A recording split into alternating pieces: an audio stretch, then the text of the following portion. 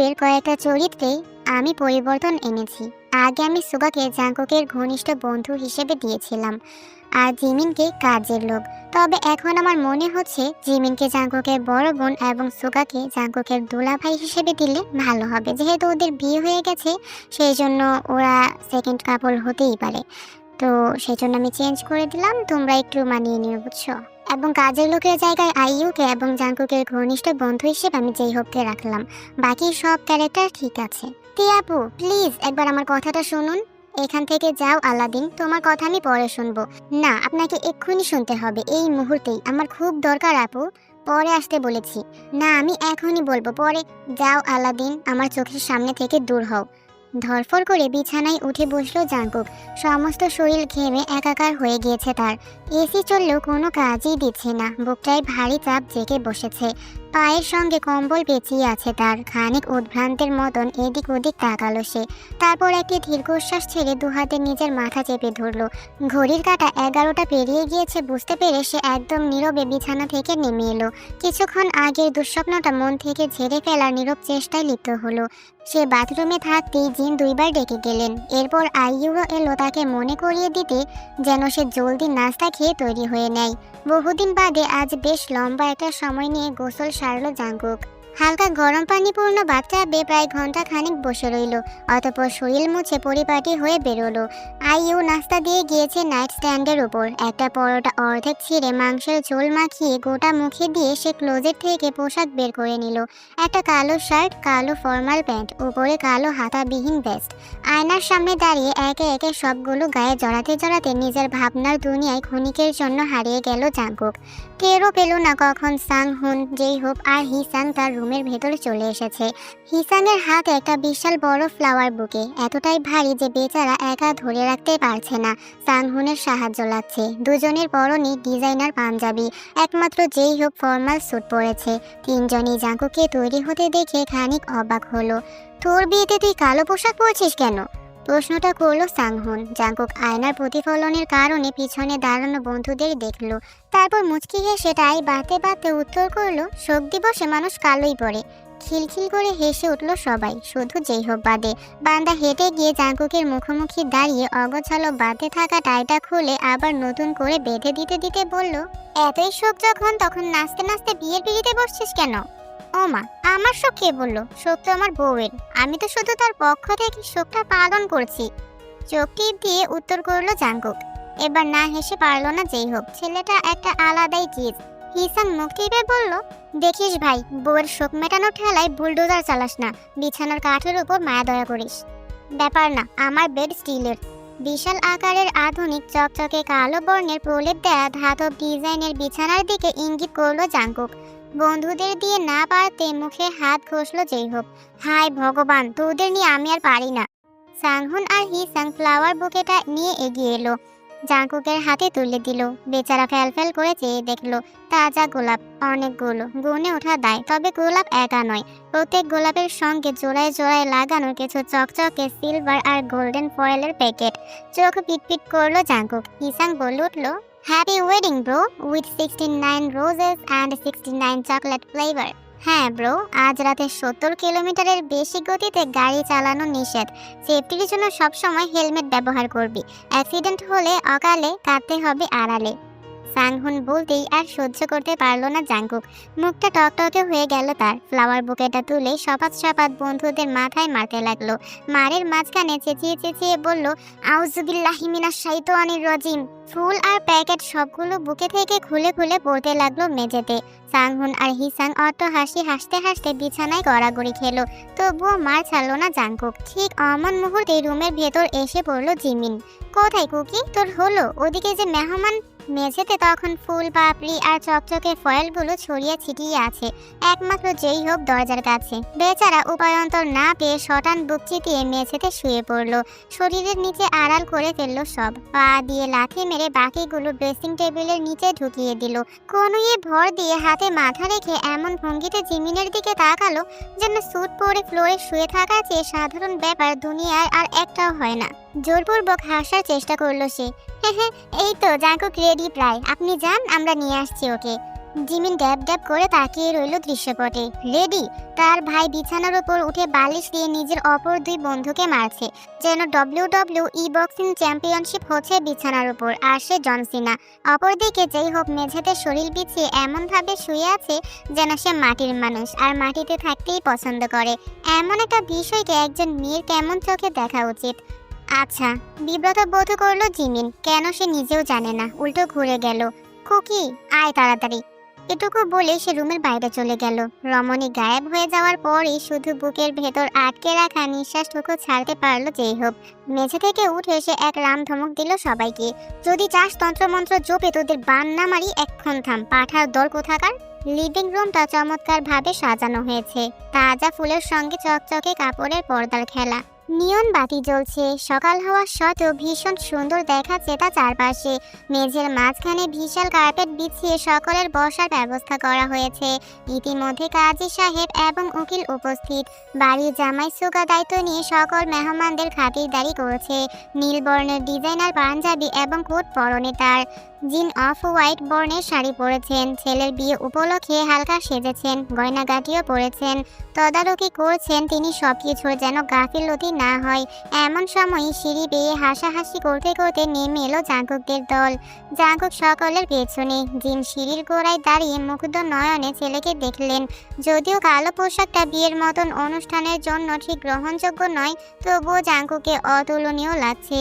ছেলেটা তার ফর্মাল পরে খুব কম। তার কাজ এবং চালচলনে এমন সুটকেসের দরকার পড়ে না। আজ পুরো দস্ত প্রাপ্তবয়স্ক পুরুষের মতন লাগছে জাঙ্কুককে। সে নিচে নেমে আসতেই জিন দুহাত তুলে ছেলের মুখ ছুঁয়ে দিলেন। মাশাআল্লাহ। মায়ের মুখপানে চেয়ে মুচকি হাসলো জাঙ্কুক। নুয়ে এলো সামান্য। জিনের চোখ ছলছল করে উঠল। চোখ বুজে তাই ছেলের কপালে স্নেহের চুমু দিলেন তিনি। আল্লাহ যেন তোকে খুব সুখে রাখে। আমার ভাগ্যের হায়াত, সুখ, সৌভাগ্য সব তোর হোক, সব তোর। জাঙ্কুক পকেট থেকে রুমাল বের করে জিনের চোখ মুছে দিল।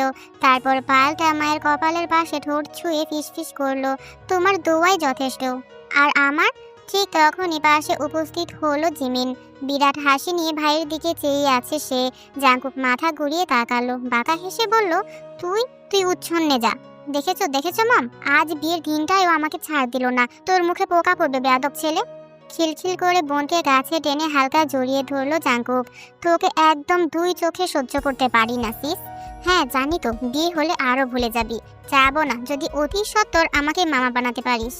জিমিনের মুখটা লালচে হয়ে গেল। ঠাস করে ভাইয়ের বুকে থাপ্পড় দিল। ঠিক অমন সময়ে দরজা দিয়ে দুজন মানুষকে ঢুকতে দেখে জিমিন সহ সকলেই থমকে গেল। কাই আর নিকি দুজনই নিঃশব্দে পাশাপাশি হেঁটে আসছে। ভ্রু কুঁচকে ফেললো জিমিন। এরা এখানে কি করছে? আমি ডেকেছি, উত্তর করলেন জিন। দৃঢ় দৃষ্টিতে সন্তানদের দিকে চেয়ে বললেন, হাজার হোক ওদের বোনের বিয়ে, ওদেরও হক আছে। জাঙ্কুক কি ভাবছে বোঝা না গেলেও জিমিনকে ভীষণ অসন্তুষ্ট মনে হলো। তবে মায়ের উপরে কোনো কথা বলল না সে। কিছুক্ষণ বাদে সবাই কার্পেটের উপর বসলো। কাজী সাহেবের মুখোমুখি বসেছে জাঙ্কুক। তার পাশের জায়গাটা ফাঁকা রাখা হয়েছে। তার অন্য পাশে যেই হোপ এবং সুগা বসেছে। যেই হোপের কোলে তেজান। সুতির পোশাক পরানো হয়েছে তেজানকে।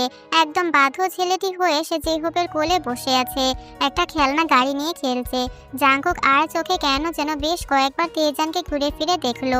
অজানা মানুষদের ভিড়ে বাঁচাটা ঠিকঠাক আছে কিনা সেটা নিয়ে তার মনে একটা খচখচ ভাব তৈরি হয়েছে। সে বুঝতে পারছে না। মেয়েকে নিয়ে আসুন, আমরা শুরু করে দেই, দেরি কিসের? কাজী সাহেব বলতেই জিন মাথা দুলে উঠে গেলেন। অন্দরমহলে আড়াল হয়ে গেলেন। জাঙ্কুক খায় নিজের জায়গায় বসে তেজানকে দেখতে লাগলো। বাচ্চাটা এখন খেলনার প্রতি আগ্রহ হারিয়ে সুগার কোটের বোতাম ধরে টানাটানি করছে। আনমনে মুচকি হাসলো সে। সেই হাসিটুকু হঠাৎ করে জমে গেল দৃশ্যটি নজরে আসতেই। অন্দরমহল থেকে ধীর পায়ে বেরিয়ে এলেন জিন। তার পাশেই জলপাই বর্ণের একটা চকচকে শাড়ি জড়ানো অঙ্গে, তাতে উজ্জ্বল সিলভার জরির কাজ। শাড়ির পাড় সোনালি, লাইটের আলো পড়তেই মোহনীয় এক দুটি ছড়াচ্ছে। শাড়ির আঁচলটাই মাথায় তুলে দেওয়া, খুবই হালকা সাজ, সঙ্গে পাতলা কিছু সোনার গহনা, এটুকুই। অতিরিক্ত বাড়াবাড়ি কিছুই নেই, বয়সের সঙ্গে মানানসই। তবুও জাঙ্কুক নিষ্পলক চেয়ে রইল। তের দুই হাতের টকটকে খয়েরি মেহেদির রঙের উপর থেকে নজর ফেরাতে পারল না সে। এমন নয় যে সে জীবনে সুন্দরী মেয়ে দেখেনি, বরং ঠিক উল্টোটা। ডিজে পার্টিতে আগ্রহের কেন্দ্রবিন্দু থাকে সে। রমণীদের লাইন লেগে থাকে তার আশেপাশে। বড় লোকের আদরের দুলালিদের আগুন ঝরা রূপ। তরুণীদের মন মাতানো সাজসজ্জা, কিন্তু এর আগে কারো প্রতি এমন অনুভূতি জন্মায়নি তার। দেখে দেখে তার ওই জ্বালাময়ী অনুভূতিটা হচ্ছে না, ঝলসে যাওয়া রূপের প্রতি স্বাভাবিক পুরুষের আকর্ষণ আসছে না। যেটা তার বুকের মাঝে জন্মেছে সেটা শ্রদ্ধাবোধ, তে কোনো মেয়ে নয়, সে একজন নারী, একজন মা। তার রূপের প্রতি অনুভূতিটাও অজান্তেই পরিপূর্ণ হয়ে উঠেছে অসীম আগ্রহে, নারী সুলভ আকর্ষণে নয়। তে হেঁটে এসে সকলকে সালাম দিয়ে আস্তে করে জাঙ্কুকের পাশে বসলো। তার কাজল টানা চোখ শুরুতেই তেজানকে খুঁজে বের করলো। ছেলে নিরাপদে আছে নিশ্চিত হওয়ার পরই সে তার পাশে বসা পুরুষটার উপর মনোযোগ দিল। জাঙ্কুক সঙ্গে সঙ্গে নিজের দৃষ্টি ফিরিয়ে নিল, অনুভব করলো বিনা কারণে তার হৃদস্পন্দন বেড়ে গিয়েছে। এতটা কাছে বসাতেই যে তার শরীরে মাথার সূক্ষ্ম পারফিউমের ঘ্রাণটুকু তাকে মাতোয়ারা করে তুলছে। জাঙ্কুক কালো পোশাক পরেছে এই নিয়ে বিশেষ কোনো মন্তব্য করলো না তে। নীরবে মাথা ঘুরিয়ে একবার পিছনে তাকালো। ঢোকার সময় সে দেখেছে তার দুই ভাই এসেছে। সকলের থেকে পিছনে কার্পেটের একদম শেষ কিনারে বসেছে তারা। কাই মুখ নিচু করে নিজের ফোন ঘাটছে। মিকি অবশ্য দিয়ে তাকাতে বিরাট হেসে হাত তুলে নাড়ল। তার গালে একটা ব্যান্ডেজ দেখা গেল। কালকেও তো সুস্থ ছিল, এক রাতে কি হয়ে গেল? মনে মনে ভাবলেও আপাতত জিজ্ঞেস করার সুযোগ নেই। পরে কথা বলবে ভেবেতে মাথা দুলিয়ে সামনে ফিরে তাকালো। অতি বিলম্বে বিয়ের কাজ শুরু হলো। তের বয়সের ব্যাপারটা আসতেই উকিল ভ্রু তুললে তাকালেও কাজী সাহেবের পক্ষ থেকে কোনো অস্বাভাবিক প্রতিক্রিয়া এলো না। তিনি অতি স্বাভাবিকভাবে সবকিছু করছেন। জিমিনের কয়েকজন বান্ধবী এসেছিল দাওয়াতে, তারা অবশ্য সেই মুহূর্তে কানা ঘুষা শুরু করে দিল। জিমিন, কি ভাবছিস তোরা? তোর ভাইয়ের জীবনটা সবেমাত্র শুরু, আর সেখানে তাকে এক বাচ্চার মায়ের সাথে জুড়ে দিয়েছিস। 7 বছর ভাই, 3-4 বছর হলে মানা যায়, কিন্তু এত? উনি তো অর্ধেক বুড়ি হয়ে গিয়েছে, জাঙ্কুকের সঙ্গে যাবে কিভাবে? জিমিন প্রতিক্রিয়া না করার চেষ্টা করলো, কিন্তু কথাবার্তা ততক্ষণে ছড়িয়ে গিয়েছে। যদিও জিন এই ভয়েই একদম কাছের মানুষ ছাড়া কাউকেই দাওয়াত করেননি, তবু এমন অনাকাঙ্ক্ষিত ব্যাপারটা তাকে একই সঙ্গে লজ্জিত এবং ক্রোধিত করলো। তিনি রাগ ঢাক করলেন না, সোজাসুজি বলে বসলেন, তোমরা না আধুনিক মেয়ে, এমন সস্তা মেন্টালিটি নিয়ে কিভাবে চলো? মেয়ে দুটো চুপ করে গেল সঙ্গে সঙ্গে। তবে একজনের মা বলে উঠল, ভাবি, কথা বলার মতন কাজ করলে লোকে তো বলবেই। আমি সন্দেহ করেছিলাম আপনার ছেলের বিয়ের এত ছোট অনুষ্ঠান করছেন ভেবে, তবে এই ব্যাপার বুঝতে পারিনি। যতই বলুন একজন ছেলে আর একজন মেয়ে তো আর এক না, মেয়েরা খুব তাড়াতাড়ি ম্যাচিওর হয়ে যায়। সেখানে আপনার ছেলে এত বড় একজনের সঙ্গে কিভাবে সংসার করবে সেটা মা হয়ে আপনার ভাবা উচিত ছিল। ভাবেননি বলেই অবাক হচ্ছি। এমনও মা হয় যেখানে ধর্ম একটা সম্পর্ককে জায়েজ ঘোষণা করেছে, সেখানে সমাজ হয়ে প্রশ্ন করার আপনি কে? হঠাৎ করে ভেসে এলো কাজী সাহেবের তৃপ্ত কণ্ঠস্বর। মুহূর্তেই পিনপতন নীরবতা নেমে এলো চারপাশে। কাজী সাহেব কাগজপত্র রেখে মুখ তুলে তাকালেন। মুখ ভর্তি সাদা দাড়ি, জলজলে চোখে পড়া চশমার ভেতর থেকে তিনি তাকালেন সামনে। আপনাদের শখ করে আগ্রহ নিয়ে একজন মা নিজের ছেলের বিয়ের সাক্ষী হতে দাওয়াত করেছেন। আপনাদের অতিথি হিসেবে মার্জিত আচরণ করা উচিত, সমালোচনা না। এবারেও কেউ কোনো কথা বলতে পারলো না। কাজী সাহেব সরাসরি তাকালেন জাঙ্কুকের দিকে। আপনার স্ত্রী আপনার থেকে বয়সে বড়, আর তার একটি নাবালক শিশু সন্তান রয়েছে। এই নিয়ে আপনার কোনো আপত্তি আছে? জাঙ্কুক তীক্ষ্ণ দৃষ্টিতে তাকালো, অতঃপর জবাব দিল, না। মুচকি হাসলেন কাজী সাহেব। বেশ, তবে আমরা নিকাহ কার্যক্রম জারি রাখছি। উকিল এবং কাজী সাহেব মিলে সবকিছু ঠিকঠাক করার পর অবশেষে এলো সেই মাহেন্দ্রক্ষণ। মরহুম কিম গংইও সুযোগ্য কন্যা কিনতে আপনি কি 11,11,101 টাকা দিনমোহর ধার্যে AKM জিওন নামজুনির সুযোগ্য পুত্র জাঙ্কুক আলাদিনকে নিজের স্বামী হিসেবে গ্রহণ করতে রাজি? রাজি থাকলে কবুল বলুন। একটি দীর্ঘ প্রশ্বাস টানলো তে। তার মনে হলো কয়েক সেকেন্ডের ভেতর নিজের গোটা জীবন থেকে ঘুরে এলো। জন্ম, বাবার চোখের মণি হয়ে বেড়ে ওঠা, বাবার চলে যাওয়া, গোটা সংসারের দায়িত্ব কাঁধে ফেলা, দুই ভাইকে মায়ের মতন স্নেহ ভালোবাসা দিয়ে গড়ে তোলা, 30 পেরিয়ে বিয়ের বন্ধনে বসা, প্রাক্তনের সঙ্গে দেখা ভালোবাসার জীবনের স্বপ্ন খান খান হয়ে যাওয়া, তেজানের জন্মের ভেতর দিয়ে জীবনের পরিপূর্ণতা আসা, এবং আজ সব জল্পনা কল্পনার অবসান, অসম এক সম্পর্কে নিজেকে জড়ানো।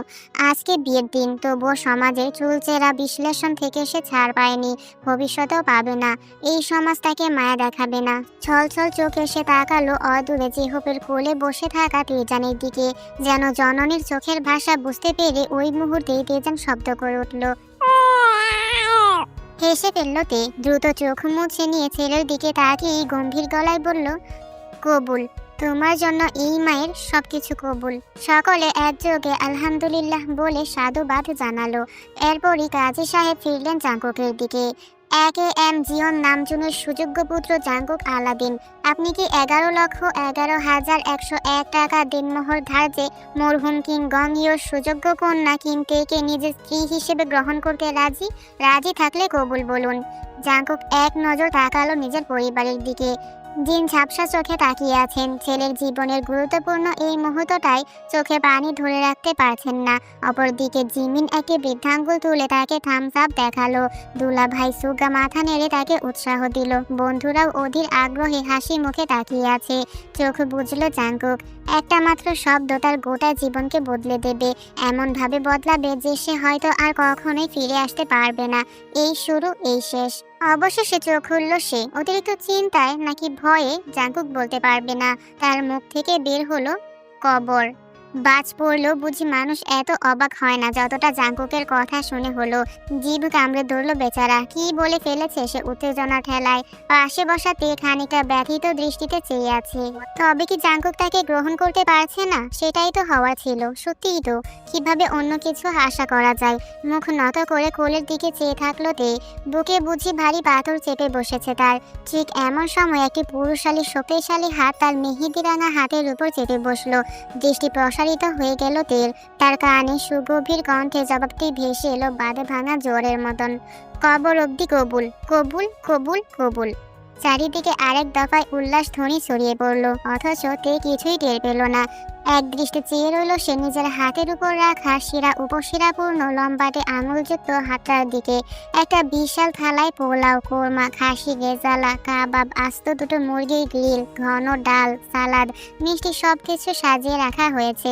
নতুন বর জাঙ্কুকের সঙ্গে খেতে বসেছে তার বন্ধুরাও। গরুর মাংসের তরকারিটা আলাদা রাখা হয়েছে জেহবের কথা চিন্তা করে। কার্পেটের উপর পাত পেরে খেতে বসেছে সকলে এক থালাতেই। হিসাং এত বড় সাইজের গ্রাস মুখে তুলছে যেন তার খাবার কেউ টেনে নিয়ে যাবে। সাংহুন ছাগলের মতো কচকচ করে কাঁচা মরিচ খেয়ে যাচ্ছে। এই নিয়ে বন্ধুদের মাঝে হাসাহাসির কমতি নেই। এখানে শুধু পুরুষেরা আছে। মেয়েদের খাবারের ব্যবস্থা আলাদা করে গেস্ট উইংয়ে করা হয়েছে। খেতে খেতে সবার প্রথম হিসাং বলে উঠল, ভাই, কে যেন এককালে বলেছিল আমাদের মেয়েদের সুগার ড্যাডি হবে? খুঁজিস না, এখন সে এক বাচ্চার ড্যাডি হয়ে গেছে। অট্টহাসি হেসে বলে উঠল সাংহুন। হিসাং বন্ধুর সঙ্গে তাল মেলালো। আবার কি বলে? খবর অবধি কবুল। ও মা গো, টুরু লাভ। শেষ, শেষ, তুই গুরু শেষ। তরকারির ঝোল মাখা হাতটাই চটাস করে সাংহুনের গালে বসিয়ে দিল জাঙ্কুক। খিলখিল করে হেসে উঠল সকলে। যেই হোক অবধি আজ মজা নিতে ছাড়লো না। এই, তোর ওকে এত জ্বালাতন করিস না। এমনিতেই সবে জ্বালাতনের দায়িত্ব শুরু হয়েছে। একটা বাচ্চা পালা কি কম? ভরণ পোষণ, শিক্ষা দীক্ষা সব দিকটাই তো ওকে দেখতে হবে বল। সব থেকে কাছের বন্ধু যেই হোক অবধি পোল্ট্রি খেয়েছে দেখে জাঙ্কুক তেতে উঠলো। তবে রাগটা দেখালো না, বরং আস্ত মুরগি থেকে লেগ পিস ছিঁড়ে নিয়ে বিশাল এক কামড় দিয়ে চিবুতে চিবুতে বলল, অবশ্যই শিক্ষা দীক্ষা সবই দিতে হবে। ব্যঞ্জন বর্ণ শেখানো শুরু করে দেব। 1 বছরের মধ্যেই গড় গড় করে কথা বলতে শুরু করবে দেখবি। হিসাং একটা আস্ত গোলাপ জামুন মুখে দিয়ে প্রায় না চিবিয়ে গিলে নিয়ে শুধালো, ছেলেকে শুধু ব্যঞ্জন বর্ণ শেখাবি কেন? স্বরবর্ণ কি দোষ করেছে? স্বরবর্ণ শুধু বউয়ের জন্য বরাদ্দ। জাঙ্কুকের বেফাস কথায় যেহ প্রায় মুখে খাবার ফেলে দিচ্ছিল। কোনো মতে হাত চেপে নিজেকে থামালো। কেসে ফেললো বেচারা। অপরদিকে হাতের লোকমা হাতে নিয়ে জমে গিয়ে ফ্যাল করে জাঙ্কুকের দিকে চেয়ে রইল সাংহুন এবং হিসাং। জাঙ্কুকের কোনো হেলদোল নেই। সে নিশ্চিন্ত মনে বিরাট কোল্ড ড্রিঙ্কসের গ্লাসে চুমুক দিয়েছে। যেই হোক বাম হাতে একটা থাপ্পড় দিল তার পিঠে। তুই কি কোনোদিনও শুধরাবি না? বিয়ে হয়েছে তবু এই শয়তানি গেল না? শয়তান শুধরে গেলে পৃথিবীতে তোর মতন সন্ন্যাসীদের কী কাজ? বাঁকা হেসে জবাব দিল জাঙ্কুক। আর পারল না সাংহুন আর হিসাং। ও ভয়ে হাসতে হাসতে ফ্লোরেই গড়াগড়ি খেতে লাগলো। অপরদিকে তেজানকে নিয়ে ব্যস্ত। খেতে বসেনি সে এখনো। ছেলে ঘুমাবে। ঢুলু ঢুলু চোখে তার বুকে লেপটে আছে।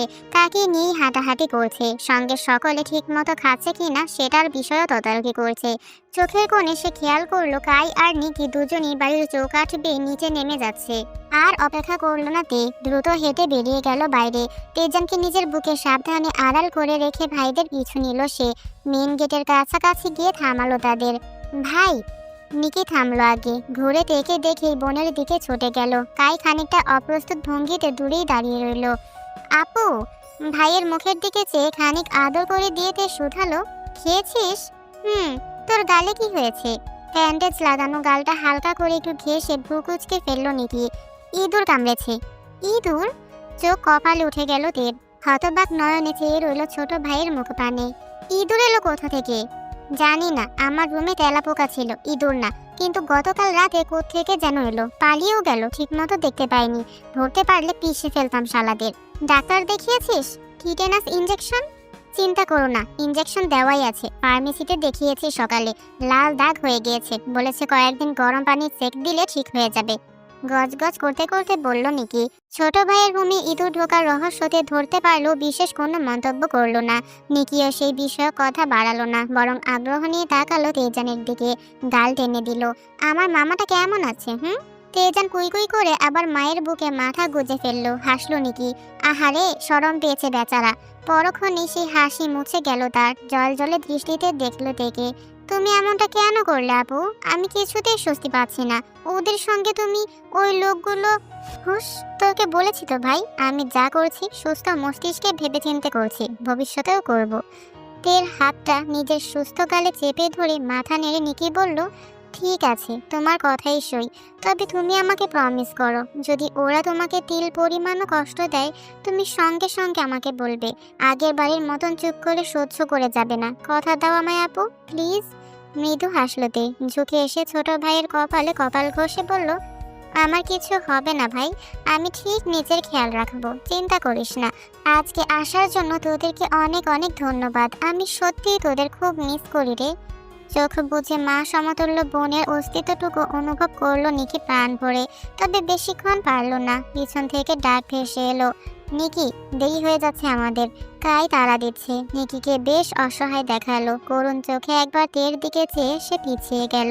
তে দীপ্ত দৃষ্টিতে দেখলো কাইকে। পায়ে পায়ে হেঁটে হেঁটে কাছে গিয়ে দাঁড়ালো। আমার সঙ্গে কথা না বলেই চলে যাচ্ছিস? কথা বলার মতন মুখ তো তুমি রাখোনি আমাদের আপু। মহল্লায় এর মধ্যেই ছিছি পড়ে গিয়েছে। সারাদিন ওই বাড়ির ভেতর বসে থাকলে জানবে কিভাবে? কাইয়ের কাট কাট কথায় এবার আর কষ্ট হলো না তের। ঠিকই, না কেটে ফেলেছি তোদের, তাই না? হ্যাঁ, ভাবলে আমার লজ্জা লাগছে। তুমি নিজের হাঁটুর বয়সে একটা ছেলের সাথে বিয়ে করেছো, তাও আবার ওই কি যেন ডিজে না ফিজে, নেশা আর পার্টি করে বেড়ায় আধ পাগলা বেয়াদব ছেলে একটা। দুলাভাইকে নিয়ে ভদ্রভাবে কথা বলবি। তের হঠাৎ প্রতিবাদে থমকে গেল কাই। প্রসারিত নয়নে চেয়ে রইল বড় বোনের দিকে। তে তার মুখোমুখি হলো বিনা দ্বিধায়। বোনকে যখন সামান্য আশ্রয়টুকু দিতে পারিসনি, তখন তার ব্যক্তিগত জীবন সম্পর্কে কথাও বলতে আসবি না। আর হ্যাঁ, আর একটা কথা, তেজান ঘুমিয়ে গিয়েছে বুঝতে পেরে ছেলেকে কাঁধের উপর তুলে নিজের শাড়ির আঁচল দিয়ে ঢেকে নিয়ে তে দৃঢ় গলায় বলল, মায়ের সম্পত্তিতে মেয়েদের ভাগ আছে। কিংবাড়িতে আমার যে ভাগ, সেই ভাগ আমায় বুঝিয়ে দিবি। না হলে সমপরিমাণ টাকা দিয়ে সেই ভাগ আমার থেকে কিনে নিবি। 2 মাস সময় দিচ্ছি, কি করবি ভেবে আমাকে জানাস। আর দাঁড়ালো না তেই। হতবাক কাইকে সম্পূর্ণরূপে উপেক্ষা করে নিকিকে শেষ একবার নরম দৃষ্টিতে দেখে হন হন করে হেঁটে সে বাড়ির ভেতর চলে গেল। নিকি নিজের জিন্সের পকেটে হাত ঢুকিয়ে তির্যক হেসে বড় ভাইকে পাশ কাটিয়ে যেতে যেতে বলল, সারা জীবন বিড়াল দেখতে দেখতে একদল ভুলেই গিয়েছিল বিড়াল কেন বাঘের মাসি হয়। রাত 9টা। সারাদিনের হট্টগোল আর ক্লান্তির পর অবশেষে তের বিশ্রামের সুযোগ হয়েছে। এত সময় যাব তেমন কিছু মনে না হলেও এখন বাস্তবতা সম্পূর্ণরূপে তেকে ঘিরে ধরেছে। কারণ গেস্ট রুমের বদলে তার ঠাঁই হয়েছে জাঙ্কুকের বেডরুমে। রুমটা আধুনিক, অতিরিক্ত আসবাবের বালাই নেই। যেটুকু আছে তা মডার্ন ডিজাইনের, কালো ধাতুর তৈরি। বিছানার বেডশিট অবধি কালো রঙের। সিল্কের কাপড়ের উপর লাল গোলাপের পাপড়ি ছড়িয়ে রাখা। ইতি উতি বেশ কয়েকটি তাজা রজনীগন্ধার ছড়া মোহনীয় ঘ্রাণে মাতোয়ারা করে তুলেছে রুমটাকে। তবুও এর মালিকের প্রকৃত বৈশিষ্ট্য তাকে পুরোপুরি ঢাকতে পারছে না। দেয়ালে মাইকেল জ্যাকসন আর চাইনিজ কিংবা কোরিয়ান কোনো বয় ব্যান্ডের পোস্টার টাঙানো। আরও কয়েকজনের চেহারা আছে, তবে এই সেলিব্রিটিদের কে চেনে না। দেয়ালের এক পাশে সাউন্ডের বেশ কিছু যন্ত্রপাতি, সঙ্গে ছোট কন্ট্রোল বোর্ড। এক কোণায় ট্রিপল মনিটরের গেমিং সেটআপ। কাউচের উপর অবহেলায় দুটো 10 কেজির ডাম্বেল পড়ে আছে। একটি দীর্ঘশ্বাস ছাড়ল তে। নিজের সঙ্গে এই অস্তিত্বের সামান্যতম মিলও খুঁজে পেল না। তার ভালো লাগে বই, খোলামেলা পরিবেশ, বেশি হলে একটা ঝুল দোলনা, মাঝে মধ্যে গান শোনার জন্য অ্যান্টিক রেডিও সেট। এই তো, খুব বেশি চাহিদা তার কোনো কালই ছিল না। সে সত্যি জাঙ্কুক আলাদিনের সঙ্গে এক সূত্রে বাধা পড়েছে, এই রুমটাই তার প্রমাণ। ক্ষণস্থায়ী হলেও এই রুমটাই আপাতত তার ঠিকানা। হিসেব মতে আজকে তের বাসর রাত। তবে এই রাত নিয়ে কোনো প্রকার আগ্রহ, আকাঙ্ক্ষা কিংবা ভাবার ইচ্ছাটুকুও তার মাঝে নেই। তেজানকে আজ কৌশলে জিন নিজের কাছে রেখে দিয়েছেন। মুখে না বললেও তে বুঝতে পেরেছে তাদের প্রাইভেসি দিতে, যার আদতে কোনো প্রয়োজন ছিল না। এমন কিছু এখানে হতে যাচ্ছে না। তবে সেই কথা শুধু সে আর জাঙ্কুকই জানে।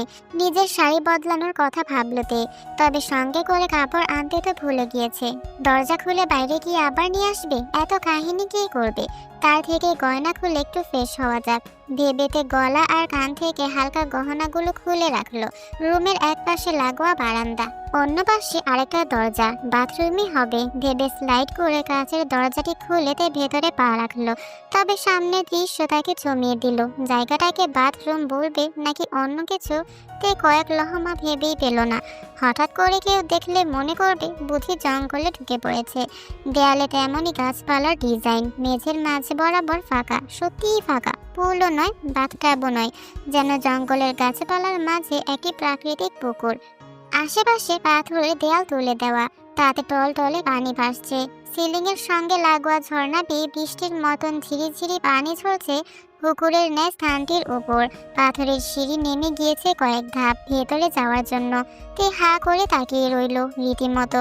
সে একটুখানি হাত মুখ ধোবে, কিন্তু এমন জায়গায় তো হাত মুখ ধুতে মন চায় না, শুধু তাকিয়ে থাকতে ইচ্ছা হয়, যেন ছুঁয়ে দিলেই জাদুকরি জায়গাটার মায়া কেটে যাবে।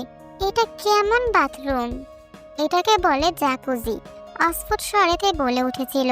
এমন স্পষ্ট জবাব আসবে ভাবেনি। ঝট করে পিছন ফিরে তাকালো সে।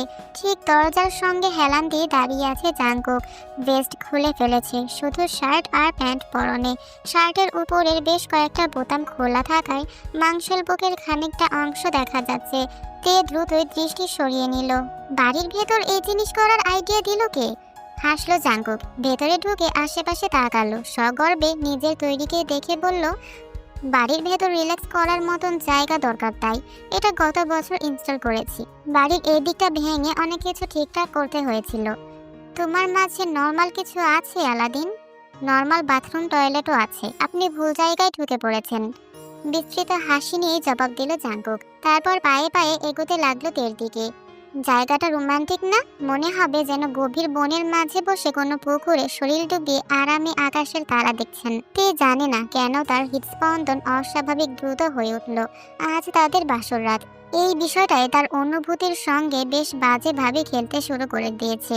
অজান্তেই পিছিয়ে পড়ল সে। পানির একদম কিনারের পাথরের কাছে গিয়ে থামলো। জাঙ্কুক রীতিমতো নির্লজ্জভাবে তাকে আপাদমস্তক পর্যবেক্ষণ করলো। তে আর ঘোমটা দিয়ে নেই। গাঢ় জলপাই বর্ণের চকচকে শাড়িটা তার শরীরে ওতপ্রোত জড়িয়ে আছে। জাঙ্কুক এতদিন ভালো করে দেখেনি কিংবা সংকোচ করেছে, অথচ আজ তার দৃষ্টিতে বিন্দু মাত্র সংকোচ রইল না। কবুলপুরে বিয়ে করা বউ তার সামনে দাঁড়িয়ে, ভাবতেই অদ্ভুতরে একটা উষ্ণতা এবং ভীষণ রকমের অন্তর্জ্বালা ছড়িয়ে পড়ল জাঙ্কুকের বুকে। তে তার গভীরতম দৃষ্টিতে খেয়াল করলো, জিজ্ঞেস করে বসলো, আজ কাজী সাহেবের সামনে হঠাৎ ওভাবে বললে কেন? থমকালো জাঙ্কুক, দৃষ্টি তুলে তের মুখ দেখলো। অতঃপর বাঁকা হাসি ছুঁয়ে গেল তের ঠোঁট জুড়ে। কিভাবে বলেছি? কবর অবধি কবুল কথাটার মানে কি? এটাই যে আপনাকে বিয়ে করে নিজের কবর নিজেই খুঁড়েছি আমি। তের খুব কাছে এসে পড়লো জাঙ্কুক। রমণী জমে গেল। মুহূর্তের জন্য তার মনে হলো জাঙ্কুক বুঝি তাকে ছুঁয়ে দেবে প্রগাঢ়ভাবে, আর সে আটকাবে কি করে? এতদিন ছেলেটা ছিল পরপুরুষ, আজ থেকে স্বামী। ঠিক কত পর্যায়ে অবধি তে তাকে থামিয়ে রাখতে পারবে? অথচ জাঙ্কুক তাকে ছুঁয়ে দিল না, শুধু দেখেই গেল। গলা, বুক, উদর পেরিয়ে সে তার নিগুড় কালো নয়নজোড়া থামলো বরাবর তের কোমরে। তার তৎক্ষণাৎ মুগ্ধতায় দৃষ্টিটা বদলে গেল তীব্র কৌতূহলে, বাজে রকমের কৌতূহল। ভ্রুকুচকে ফেললো জাঙ্কুক। এতক্ষণ স্পর্শ না করেও এবার হাত বাড়িয়ে বৃদ্ধাঙ্গুলে তের কোমরের ত্বকে ফুটে থাকা একটা খয়েরি দাগ ছুঁয়ে দিল সে। এটা কিসের দাগ? জাঙ্কুকের প্রশ্নে ঝাঁজ টের পাওয়া গেল স্পষ্ট। তে জবাব দেওয়ার সুযোগ পেল না। এর আগে রুমের দরজা ধাক্কানোর আওয়াজ ভেসে এলো। আমি দেখছি কে এসেছে। রীতিমতো চোরের মতোই ছুটে পালিয়ে গেল তে। এক হাতে আঁচল টেনে কোমরের অংশটা সন্তর্পণে ঢেকে নিল। জাঙ্কু কয়েক সেকেন্ড আহাম্মকের মতন দাঁড়িয়ে থাকলো। পর মুহূর্তেই হতাশাবোধক একটি শব্দ করে উল্টো ঘরে রুমের ভেতর চলে এলো। তে ততক্ষণে দরজা খুলে দিয়েছে। বাইরে দাঁড়িয়ে আছে জিমিন, তার হাতে ধরা ছটফট করে কাঁদতে থাকা তেজান। আমি আর মম মিলে অনেক চেষ্টা করেছি, আপনাকে ছাড়া শান্ত হবে বলে মনে হচ্ছে না। খানিকটা বিরক্তি নিয়েই বলল জিমিন। তে দ্রুত নিজের হাত বাড়িয়ে ছেলেকে কোলে তুলে নিল। জিমিন অপেক্ষা অবধি করলো না, যেমন হঠাৎ এসেছিল তেমন হঠাৎ করেই চলে গেল। একটি নিঃশ্বাস ফেলে দরজা আটকে চিৎকার করে কাঁদতে থাকা তেজানকে নিয়ে বিছানায় গিয়ে বসলো তে। এই যে নানা, সোনা আমার, কুচুপো আমার, এই তো আম্মু এখানে, আম্মু কোথাও যায়নি। এই যে সোনা, এই যে আমার বাবাটা। ছেলেকে দুলিয়ে দুলিয়ে শান্ত করতে চাইল তে, অথচ কোনো কাজ হলো না, বরং সময়ের সাথে সাথে আরো জোরে তারও স্বরে কেঁদে যেতে লাগলো তেজান। তার শিশুটির মুখ লালচে হয়ে উঠেছে কান্নার কারণে। তে সইতে পারল না, বুকে আঁকড়ে ধরল ছেলেকে। না না, কাঁদে না আব্বু, আর না, আম্মুর কষ্ট হয়তো কুচুপু। প্রথমটায় বিশেষ পাত্তা না দিয়ে মনিটরের সামনে গেমিং চেয়ারে বসে মোবাইল স্ক্রল করতে শুরু করেছিল জাঙ্কুক। বাচ্চার কান্নার আওয়াজ ভীষণ তীক্ষ্ণ, তার কানে লাগছে বাজেভাবে। তবে যখন প্রায় 20 মিনিট পরেও কান্না থামার নামগন্ধ হলো না, তখন মোবাইল রেখে উঠল জাঙ্কুক। খানিকটা তেজি কণ্ঠেই বলল, কি সমস্যা, এমন ভ্যাক ভ্যাক করে কাঁদছে কেন পোটলাটা, হাগু পেয়েছে আবার? তে হাসলো না, বরং খানিকটা অসহায় দৃষ্টিতে চেয়ে বলল, বুঝতে পারছি না, কান্না করে অনেক, কিন্তু এতক্ষণ ধরে একটানা কোনোদিন করেনি। কোথায় সমস্যা হচ্ছে বাবাটার, আম্মু বুঝতে পারছে না, আম্মু পচা। তের চোখ ছলছল করে উঠল। ছটফট করতে থাকা তেজানকে বুকে চেপে রাখলো সে। দৃশ্যটা দেখে কেন যেন ভীষণ অশান্তি অনুভব করলো জাঙ্কুক। আমি জানি পোটলার কান্না কিভাবে থামাতে হয়, হঠাৎ করে বলে দেয়ালে ঝুলন্ত টিভি রিমোট দিয়ে অন করলো জাঙ্কুক। তে ড্যাব ড্যাব করে চেয়ে রইল। জাঙ্কুক ততক্ষণে মেঝের মাঝখানে গিয়ে দাঁড়িয়েছে। টিভির ভলিউম বাড়িয়ে দিয়ে সে একটা গান ছাড়লো। তারপরই রিমোটটা ছুঁড়ে ফেলে 2 পা ছড়িয়ে দাঁড়ালো। ওয়াচ দিস পোটলা। গানের তালে তালে কোমর দুলিয়ে জাঙ্কুক এমন অদ্ভুতরে ভঙ্গি করে উঠল যে তের হাসি চাপা দিতে মুখে হাত চাপতে হলো। অথচ অবিশ্বাস্য ব্যাপার, জাঙ্কুক নাচতে শুরু করার সঙ্গে সঙ্গে তেজানের কান্না থেমে গিয়েছে। নাক টেনে অশ্রু সজল চোখে সে এক দৃষ্টে তাকিয়ে রইল। তার সমস্ত আকর্ষণের কেন্দ্রবিন্দু এখন জাঙ্কুক। জাঙ্কুকের কোমর দোলানো নাচের তালে তালে আচমকা তেজান হাতে তালি মেরে বুঝি গেয়ে উঠল। তে না পারতে হেসে ফেলল এবার। তার চোখের পানি হুট করে শুকিয়ে গিয়েছে। জাঙ্কুকের নাচের সাথে সাথে তেজানের সব ভুলে লাফিয়ে ওঠাটা তার মনে দাগ কেটে গিয়েছে। অজান্তেই সে জলজলে চোখে চেয়ে দেখলো সামনের মানুষটাকে। পাগলাটি একটা ছেলে, একদম লাগামহীন ঘোড়ার মতন, বেশরমের মতন কোমর দুলিয়ে যাচ্ছে। ভালোই দোলাচ্ছে যদিও। তে লজ্জা বোধ করলো, কি ভাবছে সে। তবে তার বিশেষ কোনো সন্দেহ রইল না। এই বিবাহিত জীবনটাকে যত কঠিন হবে বলে সে ভেবে এসেছে, ততটা কঠিন নাও হতে পারে। পরদিন সকাল, একদম ভোরে ঘুম থেকে উঠে গিয়েছে জাঙ্কুক। ফ্রেশ হয়ে জিম রুম থেকে 1 ঘন্টা ওয়ার্কআউট করে সাউন্ড রুমের কিছু যন্ত্রপাতি ঠিকঠাক করে এসেছে। বাড়ির সবাই এখনো ঘুমে, শুধু আইয়ু উঠেছে বোধহয়। নিচতলার কিচেন থেকে থালা বাসনের শব্দ শুনে বোঝা যাচ্ছে ঘেমে একাকার হয়ে গিয়েছে জাঙ্কুক। বাথরুম থেকে সংক্ষিপ্ত একটা গোসল সেরে তোয়ালেটে মাথা মুছতে মুছতে যখন সে বেরোলো, তখন ঘড়িতে সময় 8:30। তোয়ালেটা বারান্দায় ঝুলিয়ে যখন সে রুমের ভেতর ফিরে এলো, তখন ভীষণ অপ্রত্যাশিত একটি দৃশ্য তাকে স্বাগত জানালো। তার বিছানার ওপর পরম শান্তিতে ঘুমিয়ে আছে তে। রমণীর বুকের সাথে ঘেঁষে গভীর ঘুমে আচ্ছন্ন তেজান। গতকাল প্রায় ভোরের দিকে ঘুমানোর সুযোগ হয়েছিল। সারাটা রাত থেকে থেকে জেগে উঠে মাকে জ্বালিয়েছে সে। জাঙ্কুক মরার মতো সোফায় পড়েছিল, বালিশ চাপা দিয়ে রেখেছে কানে। হাতে গোনা কিছু ঘন্টা হয়তো ঘুমিয়েছে, আবার 7টার আগেই উঠে পড়েছে।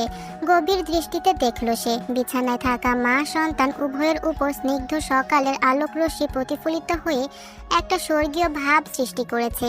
জাঙ্কুক নিষ্পলক চেয়ে রইল, কতক্ষণ যাবৎ নিজেও বলতে পারবে না। তার ভাবতেও অবাক লাগছে, বিছানায় শুয়ে থাকা রমণী এবং ছোট নাজুক প্রাণটি এখন তারই পরিবারের অংশ। পায়ে পায়ে বিছানার কাছে এগিয়ে এলো জাঙ্কুক। গতকালের ক্লান্তি তাকে ঘুমাতে দেয়নি। অপরদিকে তেকে জড়িয়ে রেখেছে গভীর ঘুমের চাদরে। অজান্তেই হাঁটু মুড়ে বিছানার পাশের কার্পেটের উপর বসে পড়ল সে। তের একটা হাত লম্বা করে রাখা, অপর হাতা তেজানের শরীরের উপর। 2 হাতেই টকটকে মেহেদি। সেই মেহেদি দেখে কিছু একটা মাথায় এলো জাঙ্কুকের। ঝুঁকে এলো সে, লম্বা করে রাখা হাতার উপর ঝুঁকে অতি মনোযোগ নিয়ে কিছু দেখতে লাগলো। সিম্পল অথচ বেশ সুন্দর কারুকার্য, জলজল করছে যেন রত্নের মতন। হৃদস্পন্দন বেড়ে গেল জাঙ্কুকের। হন্যে হয়ে সে খুঁজে বেড়ালো কোথায় কোথায় আছে, আছে কি নেই। অবশেষে জাঙ্কুকের খোঁজ থামলো, দৃষ্টি প্রসারিত হলো, সঙ্গে ঠোঁটে ফুটলো এক পরিতৃপ্ত মায়াবী হাসি। গচ্চা বিড়বিড় করলো সে আপন মনে। তের হাতের মধ্যমা এবং অনামিকা আঙুলের ঠিক মাঝখানে চাপা জায়গাটায় পেঁচানো অক্ষরে লেখা আমার আলাদিন। ফিসফিস করে উচ্চারণ করলো জাঙ্কুক। জানে না কেমন অনুভূতি হলো বুকের ভেতর। নিষ্পলক চেয়ে রইল এক নাগারে সে। ইচ্ছে হচ্ছে না দৃষ্টি ফিরিয়ে নিতে। তের প্রশান্তিতে ছাওয়া ঘুমন্ত মুখটা দেখলো সে অত্যন্ত আবেগ নিয়ে। তারপর আবারও দেখলো আঙ্গুলের ফাঁকে লুকিয়ে রাখা নামটাকে। নিজের ফোন বের করে নিঃশব্দে বেশ কয়েকটা ছবি তুলে নিল জাঙ্কুক। কেন সে নিজেও জানে না। ফোন রেখে সে ঝুঁকে এলো, সাবধানে আঙুলে ছুঁয়ে দিল মেহেদির রঙে রেঙে থাকা আঙুলটাকে। তে সামান্য নড়ে চড়ে উঠতেই জমে গেল সে। অথচ রমণের ঘুম ভাঙল না। শুধু ছেলেকে ঘুমের ঘোরে নিজের আরো খানিকটা কাছে টেনে পুরোনায় নিদ্রায় নিমজ্জিত হলো সে। বুকের ভেতর আটকে রাখা নিঃশ্বাসটা ছাড়লো জাঙ্কুক। অতি সাবধানে নিজের নাম লিখাতের আঙুলটা তুলে নিল সে। কি হলো সে বলতে পারবে না। ঝুঁকে গেল সে, নরম আঙুলের ডগায় আলতো করে স্পর্শ করলো নিজের ঠোঁট। অতি ক্ষীণ এক মুহূর্তের আলতো ছোঁয়া। চোখ বুজে নিল জাঙ্কুক, আনমনে ফিসফিস করলো আমার আলাদিন। রাস্তার মোড়ের টং দোকানটায় বেশ কয়েকদিন বাদে বন্ধুদের আড্ডা বসেছে আজ। দোকানি মিরাজ ভালো করে চেনে এই দলটাকে। যদিও বেশ সামর্থ্যবান পরিবারের ছেলে মেয়ে, তবুও তার দোকানটার প্রতি একটা ভিন্ন মায়া আছে। সেই স্কুল জীবন থেকেই যে ইহব আর জাঙ্কুক নামের ছেলে দুটো তার দোকানে চা সিগারেট খেতে আসতো। আজকাল আরো বেশ কতক সঙ্গী জুটেছে। ভালোই লাগে মিরাজের তরুণ ছেলেপিলেদের গালগল্প শুনতে। মাঝে মাঝে এমন ভাষায় চলে যায় যে বোঝাই যায় না কি কথা বলছে। জেনারেশন কি আমল বদলে যাচ্ছে। জেহবরা যখন আসে তখন বুঝি গোটা দোকানটাই তাদের হয়ে যায়। কাঠের বেঞ্চে পা দোলায় বসে বসে। জেইহব হিসাং সাংহুন ইতিমধ্যে চলে এসেছে। সন্ধ্যা ক্রমশ গাঢ় হয়ে রাতে পরিণত হচ্ছে। হিসাং সিগারেট ধরিয়েছে, অপরদিকে সাংহুন পান চিবোচ্ছে। ওসবের প্রতি বিশেষ আকর্ষণ নেই জেহবের। সে আপাতত এক কাপ রং চায়ের অর্ডার দিয়ে বসেছে। মামুর বেটা এখনো এলো না যে? পান চিবোতে চিবোতে জিজ্ঞেস করলো সাংহুন। থু করে পিক ফেললো একপাশে। হিসাং সিগারেটে লম্বা একটা টান মেরে বলল, এখন ওনার বউয়ের আঁচলের তলায় থাকার সময় বস, বন্ধুদের জন্য টাইম আছে নাকি? খিলখিল করে হাসাহাসি শুরু করলো উভয়ে। যেই হোক মাথা নেড়ে জানালো, আমাকে আসবে বলেছে, হয়তো কোথাও ফেসে গিয়েছে তাই দেরি হচ্ছে। বাচ্চার ডায়পার চেঞ্জ করছে মনে হয়। কার ডায়পার? সাংহুন বলতেই সম্পূর্ণ ভিন্ন একটি মেয়েলি কণ্ঠস্বর প্রশ্ন করলো। প্রত্যেক ছেলে জমে গেল নিজেদের জায়গায়। এই কণ্ঠের মালকিনকে হাড়ে হাড়ে চেনা আছে তাদের। অবশেষে সামনে এসে দাঁড়ালো এক রূপবতী। লাস্যময়ী শরীরে জড়ানো টাইট টপ, ধপধপে সাদা। ইলাস্টিক ফ্যাব্রিক একদম চেপে থাকায় শরীরী অবয়বটা ভালোভাবে বোঝা যাচ্ছে। নিচে একটা ঢোলা ট্রাউজার সেট, চুলগুলো সিল্কি, দৈর্ঘ্যে কাজ সমান। টানা টানা আইলাইনার দেওয়া চোখে চেয়ে আছে যুবতী। এক কাঁধে ঝুলছে একটি জিম ব্যাগ, তাতে ঢোকানো গোলাপি রঙের ইয়োগা ম্যাট দেখা যাচ্ছে। কি ব্যাপার, হঠাৎ চুপ হয়ে গেলি কেন সবাই? কিসের ডায়পারের কথা বলছিস? মেয়েটি প্রশ্ন করলো আবার। সাংহুন আর হিসাং একে অপরের সঙ্গে ঘেঁষাঘেঁষি করে বসলো, উভয় বিব্রত এবং অপ্রস্তুত। হিসাং ইশারায় জেহবকে কিছু বলতে বলল। বান্দা সোজা হয়ে বসে শুধালো, সিঙ্গাপুর থেকে কবে এলি লিসা? লিসা নামক যুবতী খানিকক্ষণ সন্দিগ্ধ দৃষ্টিতে বন্ধুদের দেখলো। তারপর ধপাস করে কোনো প্রকার দ্বিধা ছাড়াই জেহবের পাশে বসে পড়ল। এই তো আজ সকালেই পৌঁছালাম, অনেক ভোর এসেছি তো, তোদের কল করে জানাইনি আর। বিকালে জিমে গিয়েছিলাম, ভাবলাম একেবারে এখানে এসে সারপ্রাইজ দিয়ে দিই। লিসা আপা, আপনার জন্য গ্রিন টি বসাই? দোকানি মিরাজ হাসি মুখে বলল। পাল্টা হেসে লিসা মাথা দোলালো। জি অবশ্যই, সঙ্গে ডায়াবেটিস কুকি দেবেন দুটো। মিরাজ কাজে লেগে গেল। লিসা বন্ধুদের দিকে ফিরল। সবাই কেমন অস্বস্তিতে পড়ে গিয়েছে মনে হচ্ছে। তার দিকে তাকাচ্ছে না কেউই। অবাক হলো সে। ব্যাপার কি দোস্ত, সবগুলোর মুখ এমন বাংলার পাঁচের মতন ঝুলে আছে কেন? আর by the way, mister DJ কোথায়? দেখছি না যে, এখন আসেনি। জেহব লিসার দিকে তাকিয়ে বলতে নিল, ইয়ে মানে শোন লিসা, আসলে জাঙ্কুক। ইয়ো ব্রোস! অদূর থেকেও জাঙ্কুকের উৎফুল্ল কণ্ঠের ডাক স্পষ্ট ভেসে এলো। সকলে মাথা তুলে তাকিয়ে দেখলো সড়কের অপর প্রান্ত বেয়ে এগিয়ে আসছে জাঙ্কুক। হেঁটে আসছে না, গাড়িতেও আসছে না। তার পায়ে ডাবল রোলার শুজ। ভারী কেটসের মতন কালো জুতার নিচে 2 জোড়া চাকা লাগানো, পা দুটো রোল করে রাস্তার উপর স্লাইডিং করে এগিয়ে আসছে জাঙ্কুক। একেবারে দোকানের সামনে এসে ব্রেক কষে সে থেমে গেল অভিজ্ঞ ভঙ্গিতে। আমাকে ছাড়াই শুরু করে দিয়েছিস বিয়াদবের দল। মিরাজ মামা, 1 কাপ ঘন ব্ল্যাক কফি দাও তো, চিনি 2 চামচ। আরে লিসা! ধপাস করে লিসার পাশে বসে হাত বাড়িয়ে হিসাংয়ের হাতের প্যাকেট থেকে একটা সিগারেট ছিনিয়ে নিল সে। লাইটারটাও হাতিয়ে ঠোঁটে পড়ে ধরাতে ধরাতে জাঙ্কুক প্রশ্ন করলো, সিঙ্গাপুর ভালো লাগেনি? বিনা নোটিশে দেশে ল্যান্ড করলি যে? জাঙ্কুকে দেখে বিরাট হেসে কোনো প্রকার ভনিতা ছাড়াই নিজের দুবাহু জড়িয়ে আলিঙ্গনে বেঁধে ফেললো লিসা। তোদের ছাড়া আমার কবেই বা কি ভালো লেগেছে মেরে জিনি। জাঙ্কুক হালকা হাসলো, এক হাতে সিগারেট ধরে অন্য হাতে লিসার পিঠ চাপড়ে দিয়ে আলিঙ্গন ভেঙে ফেললো। ও, সিঙ্গাপুরের ছেলেরা বুঝি এতই দুর্বল? জিনি! চটাস করে জাঙ্কুকের বাহুতে ঘুষি বসিয়ে দিল লিসা। শব্দ করে হাসতে হাসতে সিগারেটে মনোনিবেশ করলো জাঙ্কুক। আর চোখের সামনে তাকাতেই দেখলো হিসাং আর সাংহন মিলে তাকে কি যেন ইশারা করছে, অথচ ইশারার অর্থটা সে হুট করে ধরতে পারলো না। লিসাও খেয়াল করেছে বিষয়টা। কি সমস্যা, কি একবার বলবে আমায়? এসে থেকে দেখছি কেমন অদ্ভুত আচরণ করছিস সবাই। গলা খাখারি দিল যেই হোক। অদ্ভুত? আমরা না তো। তারপর বল লিসা, সিঙ্গাপুরে কি কি দেখলি? কথা ঘুরিয়ে ফেলতে চাইলো সে, ততক্ষণে সবার চা এসে গিয়েছে। নিজের গ্রিন টি এর কাপে লম্বা একটা চুমুক দিয়ে আরামের নিঃশ্বাস ফেলে লিসা নিজের সিঙ্গাপুর ট্যুরের কাহিনী বলা শুরু করলো। লালিসা মনোবান, জাঙ্কুকদের গ্রুপের 5ম সদস্য। একমাত্র মেয়ে হওয়ায় তার আলাদাই একটা কদর আছে গ্রুপের মাঝে, সঙ্গে চাহিদা এবং সম্মানও। ফ্যাশন ডিজাইনিং নিয়ে পড়াশোনা শেষ করেছে। বর্তমানে একজন বিউটি ইনফ্লুয়েন্সার হওয়ার পাশাপাশি বিভিন্ন ধরনের কাজের সঙ্গে যুক্ত আছে। হালকা পাতলা মডেলিংও করে বেড়ায়। জাঙ্কুক লিসার কাহিনী শুনতে শুনতে আয়েশ করে সিগারেট ফুঁকছিল। কাহিনী শেষ করে লিসা হাত বাড়িয়ে জাঙ্কুকের ঠোঁট থেকে আধ খাওয়া সিগারেটটা নিয়ে নিজের ঠোঁটে পুরে নিল। বিনা দ্বিধায় দীর্ঘ এক সুখ টান দিয়ে বলল, অনেক হয়েছে আমার গল্প, এবার তোদের কথা বল। এই 1 মাসে কি কি মিস করলাম? সাংহুন হিসাং যেই হোক প্রত্যেকে একে অপরের দিকে চাওয়াচাওয়ি করে শেষমেশ জাঙ্কুকের দিকে তাকালো। ছেলেটার অবশ্য হেলদোল নেই, সে পারছে না শুধু বেঞ্চের উপর শুয়ে পড়তে। বেঞ্চের সাথে লাগো একটা জলপাই গাছ থাকায় সুবিধা হয়েছে তার। পায়ের উপর পা তুলে ঝোলাতে ঝোলাতে এদিক সেদিক তাকাচ্ছে। কেউ তেমন কিছু বলছে না বিধায় লিসার সন্দেহ হলো। পাশ ফিরে জাঙ্কুকের উরুতে হাত রেখে সে বলে উঠল, ভালো কথা, তুই আজকে ফ্রি? শোনেই, তাহলে চল আমরা সবাই মিলে একটা স্পিডিং করে আসি। অনেকদিন করি না, বেশি দূরে না, এই চট্টগ্রাম মহাসড়ক অবধি যাব। জাঙ্কুক পা নামিয়ে সোজা হয়ে বসলো। মাথা খারাপ? বিয়ের প্রথম দিনই দেরি করে বাসায় গেলে মম আমার পা কুচি কুচি করে চিকেন ফিট স্যুপে ঢেলে দেবে। যা শয়তান, আঙ্কেল থাকতে আন্টি আবার বিয়ে করবে কেন? তুই কি গাছ বলদ? আমি আমার কথা বলছি। অটো হাসি হাসার প্রস্তুতি নিচ্ছিল লিসা, তবে জাঙ্কুকের জবাব তাকে থামিয়ে দিল। মুখ নামিয়ে হাসি মাখা ঠোঁটেই তাকালো সে, বিশ্বাস করছে না এখনো। জিনি প্লিজ, মজা করিস না। তোরা সবাই মিলে আমাকে বোকা বানাতে চাইছিস না? প্র্যাঙ্ক করছিস? আমি কিন্তু বুঝে ফেলেছি, এবার বলদ হব না। আঙুল নেড়ে নেড়ে বলল লিসা। তবে বাকি সকলের থমথমে চেহারা দেখে মুহূর্তেই আন্দাজ করতে পারলো কিছু একটা গড়বড় আছে। জাঙ্কুক তার আঙুলটা চেপে ধরে আস্তে করে নামিয়ে দিল।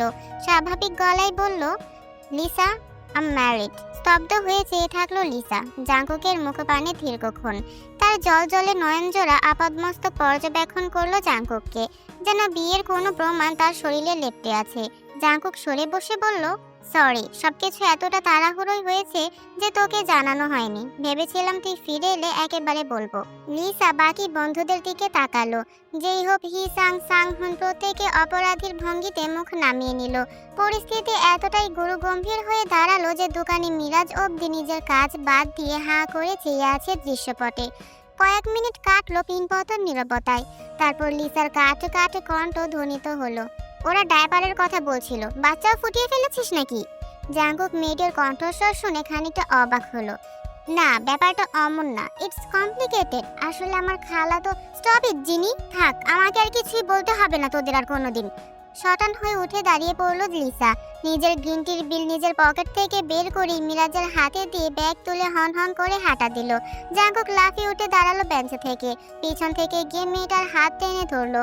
ওয়েট, কি সমস্যা তোর? কি হয়েছে? এই তো বেশ গল্প করছিলাম। আমার কোনো সমস্যা হয়নি, সমস্যা তো সব তোর। ইউ নো হোয়াট জিনি, ফাক অফ। এর আগে কোনোদিন এত ঝাঁজ নিয়ে জাঙ্কুকের সঙ্গে কথা বলেনি লিসা।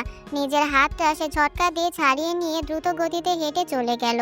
যাওয়ার সময় রাস্তার কোনায় রাখা একটা অসহায় ডাস্টবিনকে বিনা কারণে লাথি মেরে ফেলে দিয়ে গেল।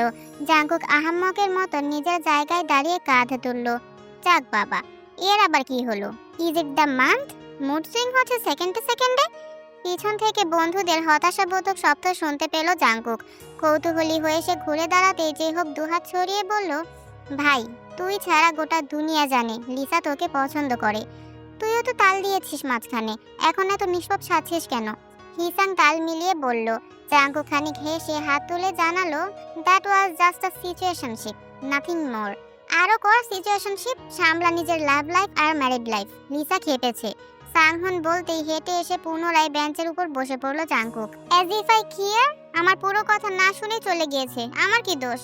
ঠান্ডা হয়ে যাওয়া কফির মগে চুমুক দিতে দিতে কপালে এক তীব্র ভাঁজ পড়ল তার। রাত প্রায় 9টা বেজে এসেছে।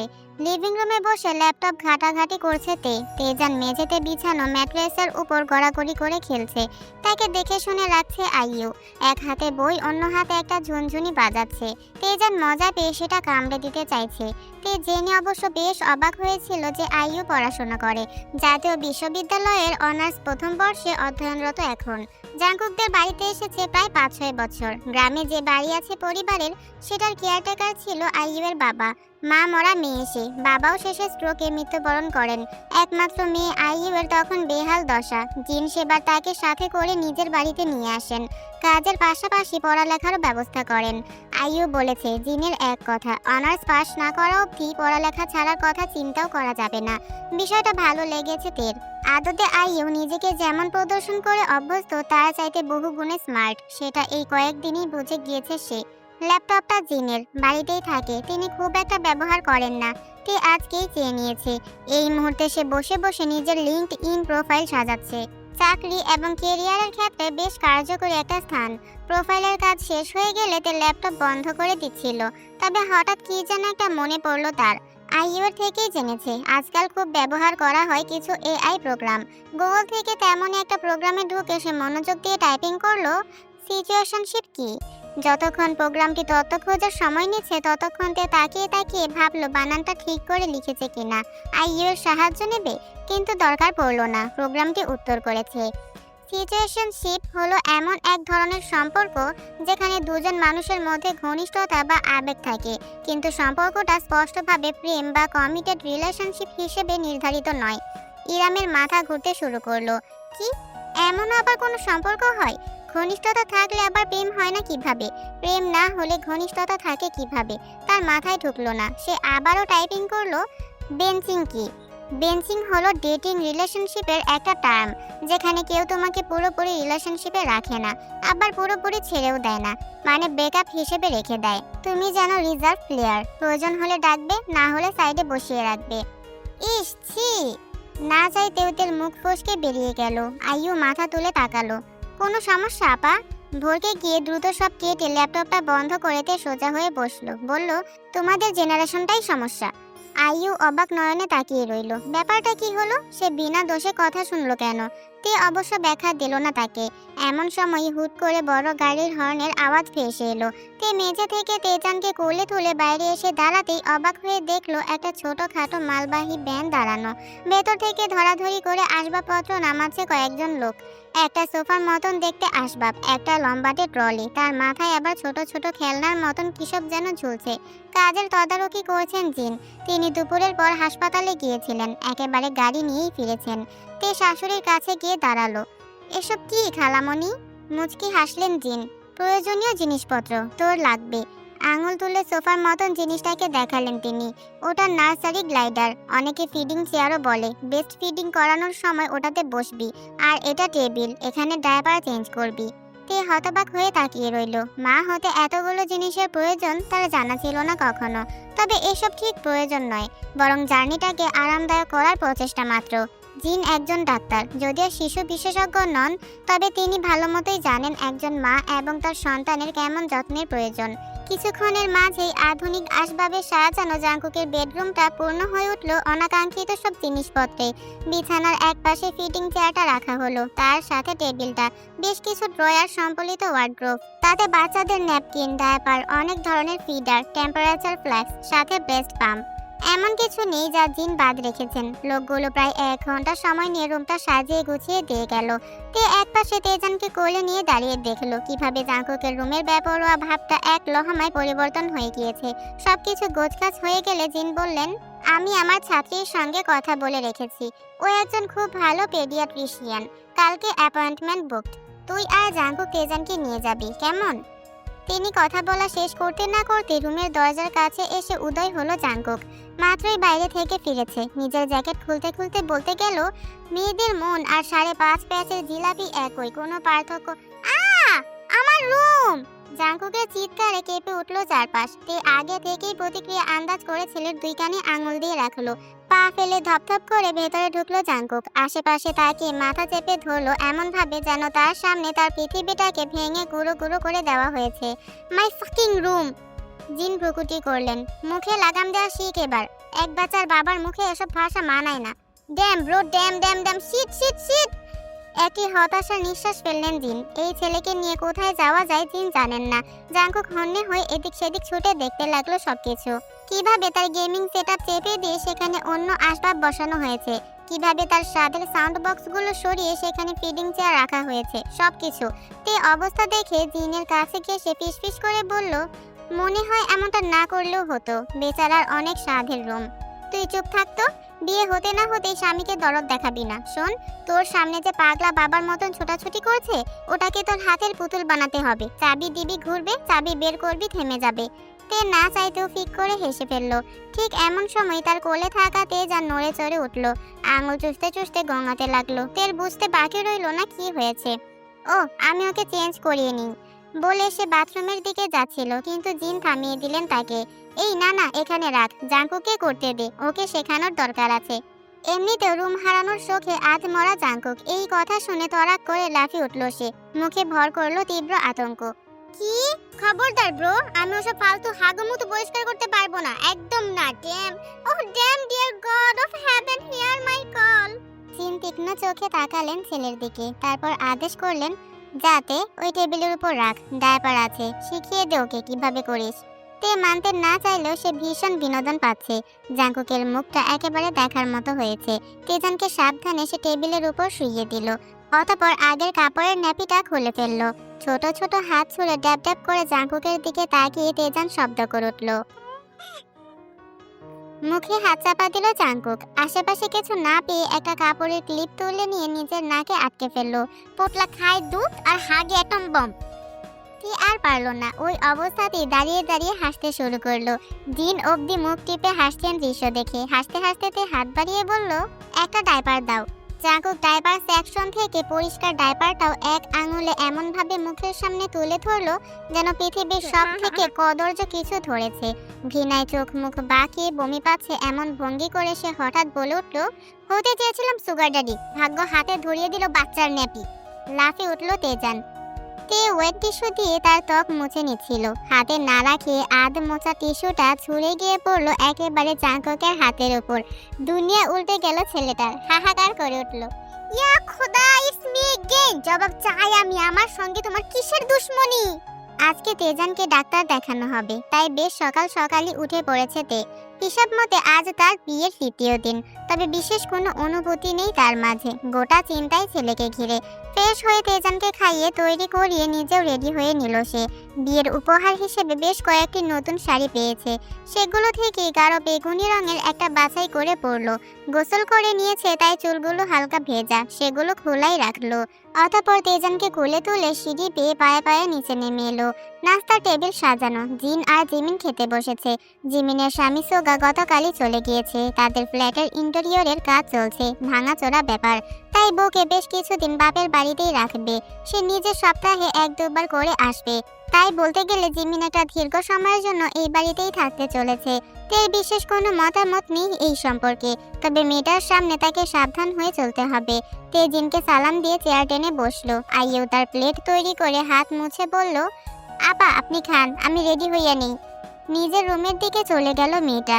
জিন দ্রুত খাচ্ছেন, হাসপাতালে যাওয়ার তাড়া আছে, তবুও চোখের চশমাটা ঠিক করে তিনি শুধালেন, কি ব্যাপার, জাঙ্কুকে দেখছি না যে, রেডি হয়নি এখনো, যাবে না তোমাদের সাথে?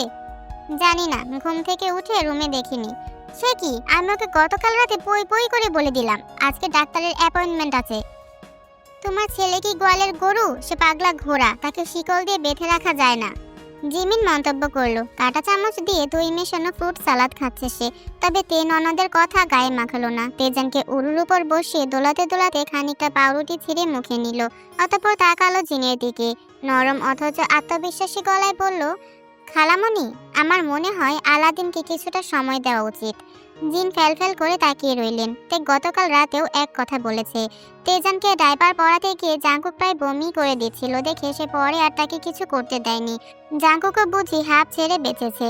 জিনকে চেয়ে থাকতে দেখে তে বক্ত করলো, এই বিয়েটা ওর মনের খুশিতে হয়নি, উপরন্তু একটা বাচ্চা সামলানো চারটিখানি কথা নয়। আলাদিনের বয়স কম, ওর মাঝে এখনো দায় সারা দায়িত্ব জ্ঞানহীন ভাবটা রয়ে গিয়েছে। এর জন্য ওকে দোষ দেওয়া যায় না, স্বাভাবিক ওর সময় লাগবে। আমরা ওকে নিস্তার দেই কেমন? তাছাড়া আমার মনে হয় না আমার বিশেষ কোনো সাহায্যের প্রয়োজন আছে। আমার ছেলেকে আমি নিজেই সামলাতে জানি। আলাদিন নিজে থেকে না চাইলে ওকে ঘাটানোর দরকার নেই। অদ্ভুত হলেও সত্য, আপুর এই কথার সাথে আমি একমত। তুমি কুকির ওপরে অনেক বেশি চাপ দিয়ে ফেলছো মম। বউ কি জিনিস সেটা বোঝার বয়সই যার হয়নি, সে আবার বাচ্চা পালবে কিভাবে? জিমি নির্দ্বিধায় নিজের মতামত জানালো। একটি দীর্ঘশ্বাস ফেললেন জিন। পরক্ষণে চশমা খুলে খানিক থম মেরে বসে রইলেন। তে একটা গোটা পাউরুটি শেষ করে দ্বিতীয়টা খাচ্ছিল, তখনই তিনি মুখ খুললেন, তোরা সবাই আমাকে নিষ্ঠুর মা ভাবছিস তাই না? জিমিনের চামচ থেমে গেল, অপরদিকে তে চিবানো ভুলে বসলো। উভয়ে প্রসারিত নয়নে দেখল জিনকে, যাকে বেশ হতাশ লাগছে। আমি নিজেও জানি ওর উপর আমি চাপ দিচ্ছি। তে তুই হয়তো ভাবছিস শুধু তোর ভালোর কথা ভেবেই আমি এই বিয়েতে জোরাজুরি করেছি। বিষয়টা কিন্তু এমন না, আমি স্বার্থপর, আমি নিজের ছেলের জন্যও করেছি। না চাইতেও জিমিন আর তে একে অপরের দিকে তাকালো। উভয়েই আবার দৃষ্টি ফিরিয়ে নিল। জিন একটু সময় নিয়ে বলতে শুরু করলেন, জাঙ্কুক আগে এমন ছিল না, তুই তো জানিস তে, তুই তো ওকে ছোটবেলা থেকে দেখেছিস। একটা ভদ্র মিষ্টিভাষী বাচ্চা ছিল। হ্যাঁ, রাগটা ঠিকই নাকের ডগায় রাখতো, কিন্তু বর্তমানের মতন এত সিরিয়াস অবস্থা ছিল না। হঠাৎ কি যেন হলো, সবকিছু বদলে গেল। আমার ব্যস্ত জীবন, বাড়িতে সময় দেওয়া হয়েছে খুব কম। বলতেও পারবো না কিভাবে, কোন দিন, কেন আমার ছেলেটা একটু একটু করে অন্যরকম হয়ে গেল। আমি বলবো না ও এখন খারাপ হয়ে গিয়েছে বা বিগড়ে গিয়েছে, কিন্তু লাগাম ছাড়া হয়ে পড়েছে। বেপরোয়া, আনসিরিয়াস। জীবন নিয়ে ওর কোনো প্ল্যানই নেই। ওকে জিজ্ঞেস করলেই শুধু বলে আজকের জন্য বাঁচি, কালকের কথা ভেবে লাভ কি? চুপ করে রইল তে, কেন যেন তার খারাপ লাগছে। জাঙ্কুকের ওই পরিবর্তনের সময়টা সে দেখেনি, অনুভবও করেনি। সোজা ছোটবেলা থেকে বড়বেলায় দেখেছে, কিভাবে বোঝা সম্ভব। কিন্তু জিন সবটাই চোখের সামনে দেখেছেন নিজের, তাই মা হিসেবে তার চিন্তাটা স্বাভাবিক। জিন ব্যাগ থেকে কাপড় বের করে নিজের চশমাটা মুছতে মুছতে বললেন, জাঙ্কুকের চিন্তাধারা আধুনিক লেভেলের। ওকে বুঝতেই আমি এই জেনারেশনের সাথে তাল মিলিয়ে চলা শিখেছি। অতঃপর বুঝেছি ওদের কাছে এমন অনেক কিছুই স্বাভাবিক যা আমাদের কাছে অস্বাভাবিক। ছেলে মানুষ, কারণে অকারণে না করা যায় না, সব সময় চোখে চোখে রাখা যায় না, ধরে বেঁধে রাখাও যায় না। আমি চাইও না একটা মানুষ মুক্ত স্বাধীন, তাকে অন্যের অনুশাসনে আনার কোনো মানে হয় না।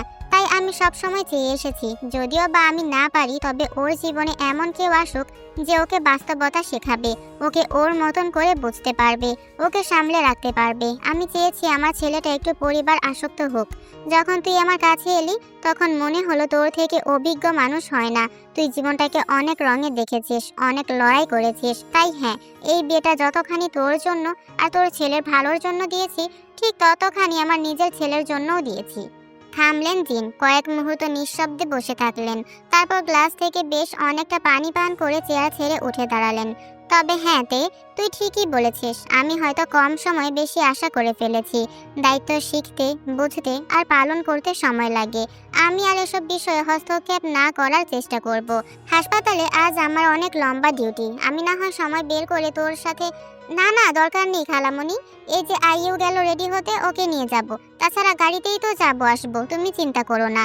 জিন আর দ্বিমত করলেন না। ফোন এসেছে জরুরি। সেটা রিসিভ করে কানে লাগিয়ে ব্যাগ হাতে হাঁটা দিলেন বাইরের দিকে।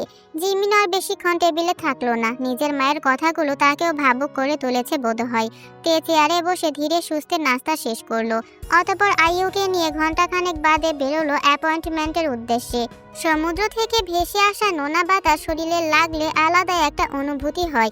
সুবিশাল সমুদ্রের সামনে নিজেকে তুচ্ছ লাগে, অথচ মনটা হয় ফুরফুরে। বালি দ্বীপের সমুদ্র সৈকতে বালির আস্তরণের উপর শুয়ে প্রকৃতির মায়া উপভোগ করতে বেশ লাগছে বোগামের। তার সঙ্গিনী এসকর্ট মেয়েটা চেয়ারে বসে সানস্ক্রিন মাখছে শরীরে। বিদেশিনীর পরনে সি বিচে ব্যবহৃত অতি ছোট সাইজের পোশাক। ওটাকে পোশাক না বলে অবশ্য অন্তর্বাস বলাই শ্রেয়। বোগাম তাকিয়ে থাকলো। গতকাল সারা রাত একসাথে কাটানোর পরও বিশেষ কোনো টান আসছে না। কোনো জিনিস একবার ব্যবহার করে ফেললেই আবার তার ভালো লাগে না। অথচ একটা জিনিস আছে যেটার প্রতি সে চরম আসক্ত এবং এই মুহূর্তে অনেকখানি রুষ্ট। তে খেলতে চাইছে তার সঙ্গে। মেয়েটার দম আছে বলতে হয়। বেশ, তবে তের সঙ্গে তার মতো করেই খেলা হবে। মেয়ে মানুষ আজ হোক কাল হোক ভাঙবেই। বোগাম শুধু বসে বসে সেই ভাঙার অপেক্ষা করবে। তেকে তার কাছে ফিরে আসতেই হবে। বোগাম নিজে আসবে না, নিজের ইচ্ছায় দুই পায়ে হেঁটে হেঁটে আসবে তার দুয়ারে। এর চাইতে মধুর কোনো দৃশ্য হয় না। যে পায়ে হেঁটে আসবে সেই পা দুটোকে সে সেদিন রাতে কাঁধের উপর উঠিয়ে নেবে, বুঝিয়ে দেবে এতদিন যাবতে কি মিস করে গিয়েছে। Wanna get into water? বোগাম উঠে বসে বিদেশিনীকে শুধালো। মেয়েটি মাথা নাড়ালো। No way, I'm not risking my skin. Suit yourself. বোগাম উঠে দাঁড়ালো। হাফ হাতা রঙিন শার্টটা খুলে রেখে উদাম শরীরে হেঁটে হেঁটে পানির কাছে গিয়ে দাঁড়ালো। নোনা পানি তার পা ছুঁয়ে গেল। বিরাট হেসে সে ডাইভ দিল। বেশ কিছুক্ষণ সাঁতার কাটার পর পানি থেকে মুখ তুলল সে। সমস্ত শরীর পেয়ে টপ টপ করে গড়ানো পানির ফোঁটাগুলো সূর্যের আলোয় চিকচিক করতে লাগলো। পেটানো শরীরের মাংসপেশিগুলো ফুলে ফেপে উঠল তার প্রতিটা কদমের সঙ্গে। কালো চুলগুলো লেপ্টে রইল কপালে। হালকা দাড়ি গজিয়েছে কয়েকদিনে। রুক্ষ থুতনিতে হাত ঘষে সে খেয়াল করলো বিচের অন্যান্য কিছু রমণী তাকেই দেখছে। কেউ বা লুকিয়ে, কেউ আবার কোনো রাখ ঢাক বাদেই। বাঁকা হাসি ফুটলো বোগামের ঠোঁটে। সে জানে ফিরে যাওয়ার পথে এদের মধ্যে অনেকেই তার সঙ্গে কথা বলতে চাইবে। বোগাম, বোগাম! নিজের সৌন্দর্য নিয়ে বেশিক্ষণ সুখসাগরে ভাসতে পারল না বোগাম। বিচে দাঁড়ানো তার বিদেশিনী এসকর্ট এক হাতে একটা ফোন তুলে লাফাচ্ছে। ওটা বোগামের ফোনই। বোগাম উঠে এলো। এক হাতে চুল ঝাড়তে ঝাড়তে মেয়েটার দিকে গিয়ে নিজের ফোনটা খপ করে হাতে নিল। দেশ থেকে কল এসেছে। চেয়ার থেকে তোয়ালে তুলে কাঁধে ছড়িয়ে সে রিসিভ করলো ফোন। বল। ওপাশ থেকে কিছু একটা বলা হলো। সবকিছু শুনে খেপে যাওয়ার বদলে বোগামের ঠোঁটের হাসিটা আরো বিস্তৃত হলো, ধারণ করলো এক অশুভ রূপ। কেউ দেখল না সূর্যের আলো প্রতিফলিত হয়ে তার চোখ জোড়া কেমন হিংস্র জন্তুর মতো জলজল করে উঠল। শিকারী শিকারের গন্ধ পেলে ঠিক যেমন করে ওঠে, বোগামের মাঝেও তেমন অভিব্যক্তি ফুটে উঠেছে। জিভে নিজের নিচের ঠোঁটে লহন করে নিয়ে বোগাম বলল, আই সি। ফোনটা কান থেকে নামিয়ে স্ক্রিনের দিকে তাকালো। তাহলে তুমি এইভাবে আমার অ্যাটেনশন আদায় করতে চাও ডার্লিং? বেশ, তোমার পাওনা অ্যাটেনশন তোমাকে দেওয়া হবে খুব শীঘ্রই। Just wait for me my world. তেজানকে চেক আপ করানো হয়েছে। ডাক্তার বেশ কিছু উপদেশ দিয়েছেন। আপাতত নতুন পরিবেশ বলে তেজান মাঝে মাঝে ছটফট করছে, এটাই বলা হয়েছে। মানিয়ে নিতে সময় লাগবে, বাকিটা রিপোর্ট এলে বোঝা যাবে। দুপুর হয়ে গিয়েছে প্রায়। তে চেম্বার থেকে বেরিয়ে করিডোর ধরে হাঁটছে। তার পাশে আইয়ু। তেজান প্রতিদিনকার তুলনায় আজ একটু বেশি শান্ত। ডাক্তারের সামনেও তেমন হম্বিতম্বি করেনি। তের বুকে মুখ গুজে পড়ে রয়েছে। চেম্বারের বাইরে আরও মানুষ অপেক্ষা করছে। সকলেই ছোট ছোট শিশু। একদম বেশি ছোট কিংবা নবজাতক শিশুদের সঙ্গে মা বাবা দুজনই এসেছে। এই তো তে বের হতেই এক তরুণ দম্পতি তাদের 2 মাসের বাবুকে নিয়ে চেম্বারে ঢুকলো। দৃশ্যটা মনোরম, তার সঙ্গে আবেগ ঘন। একজন শিশুর দায়িত্ব উভয় পিতামাতার। যে কোনো প্রয়োজনে উভয়ের পরিস্থিতি শুধুমাত্র দম্পতির বন্ধনই শক্ত করে না, বরং শিশুর জন্য উজ্জ্বল দৃষ্টান্ত স্থাপন করে। কারণ সে নিজের চোখে দেখে বড় হয় তার পিতামাতার মাঝে সুসম্পর্ক আছে। সেটাই সে ভবিষ্যতে জীবনে অনুকরণ করে। মলিন এক হাসি ফুটল তের ঠোঁটে। তেজানের বাবা মানুষটা মোটেও কোনো উজ্জ্বল দৃষ্টান্ত নয়। ওই লোকটাকে এখানে সে কামনাও করে না। তার ছায়া তেজানের উপর পড়ুক সেটাও চায় না। তবে তেজান যে কোনো প্রকার সুস্থ সম্পর্কের বন্ধন দেখা ছাড়াই বড় হতে চলেছে সেটা তার কাছে স্পষ্ট। আপা, গাড়িটা একটু সুপার শপের সামনে থামাইতে বললেন। ওইখানে মাশরুম পাওয়া যায়। আজকে আমি আপনাকে মাশরুমের স্যুপ কইরা খাওয়াবো, অনেক মজা। আইয়ু নিজের কথা বলে যাচ্ছে। তের শুনতে ভালোই লাগছে। করিডোরের শেষ প্রান্তে পৌঁছে গিয়েছে তারা প্রায়। ঠিক এমন সময় সামনের দৃশ্য লক্ষ্য করে তার পদক্ষেপ থেমে গেল। করিডোরের শেষে দেয়ালে হেলান দিয়ে দাঁড়িয়ে আছে জাংকুক, একটা ওভারসাইজড হাফ হাতা টি শার্ট আর ঢোলা ট্রাউজার পরনে। চুলগুলো হালকা ভেজা ভেজা, ঘেমে গিয়েছে, কপালে ছড়িয়ে আছে, আইব্রো পিয়ার্সিংটা চকচক করছে। এক হাতে ফোন ধরা, কিছু একটা করছে অত্যন্ত মনোযোগ দিয়ে। তে থেমে দাঁড়াতেই মুখ তুলে তাকালো সে, তারপর ফোনটা ট্রাউজারের পকেটে ঢুকিয়ে ধীরে ধীরে এগিয়ে এলো। তুমি এখানে? অবাক না হয়ে পারলো না তে। জাংকুক মাথা কাত করে দেখলো তাকে, তারপর জিজ্ঞেস করলো, কেন? শাহরুখ খানকে আশা করেছিলেন? না, জেহবকে আশা করছিলাম, ভালো আর হ্যান্ডসাম ছেলে।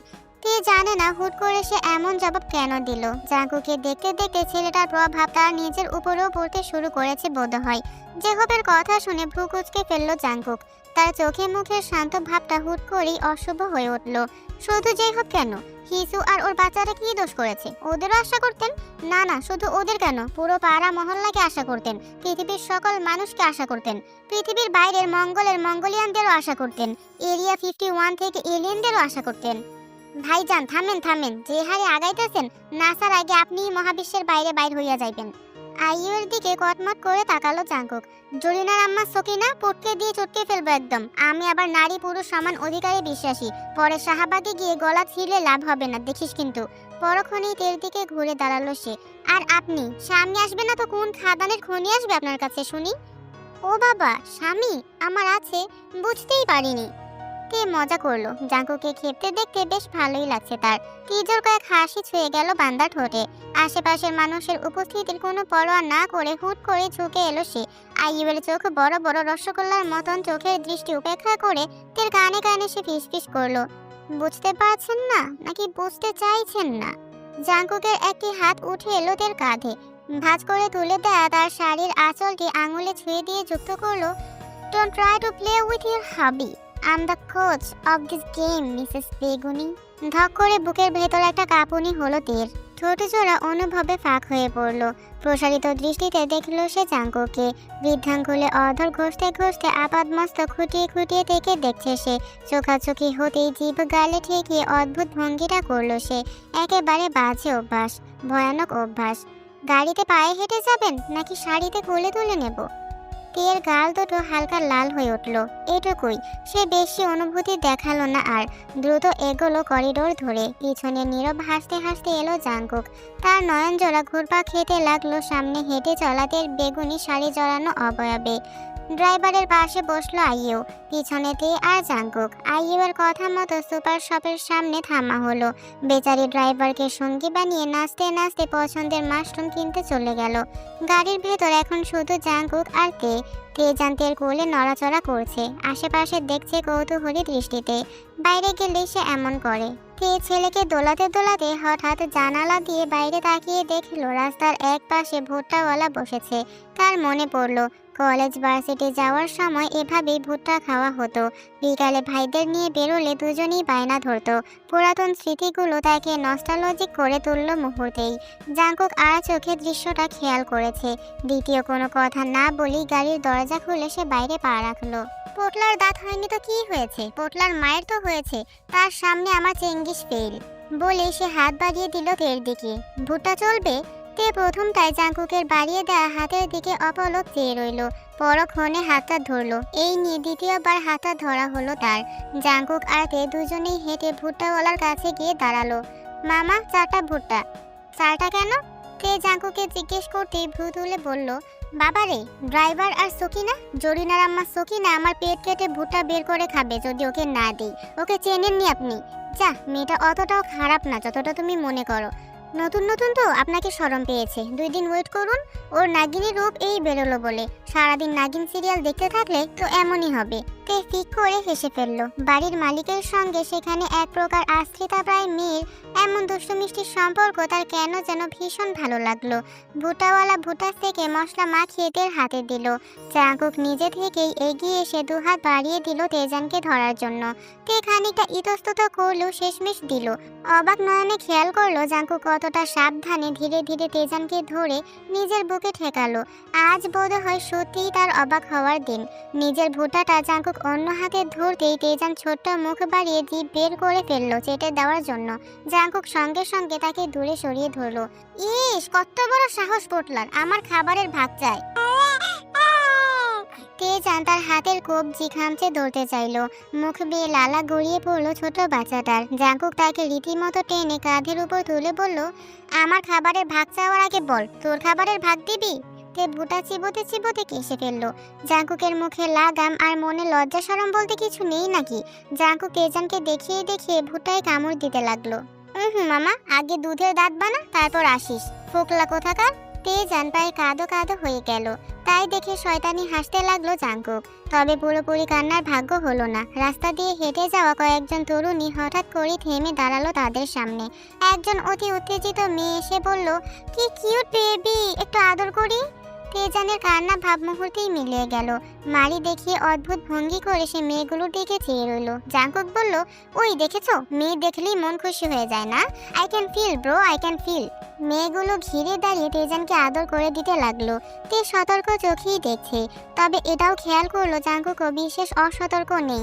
হাসি মজার মুডে থাকলেও তার চোখের তীক্ষ্ণ দৃষ্টি তেজান আর প্রতিটি মেয়ের দিকে বিশেষ খেয়াল রাখছে। তের মনে ভীষণ উষ্ণতা ভর করলো। একটা মেয়ে তেজানের গাল টেনে দিয়ে বলল, বেবি অনেক কিউট, আপনার ছোট ভাই। জাঙ্কুক তেজানকে নিজের বুকে ঠেকিয়ে অপ্রত্যাশিত একটা উত্তর দিল, মাই বেবি বয়।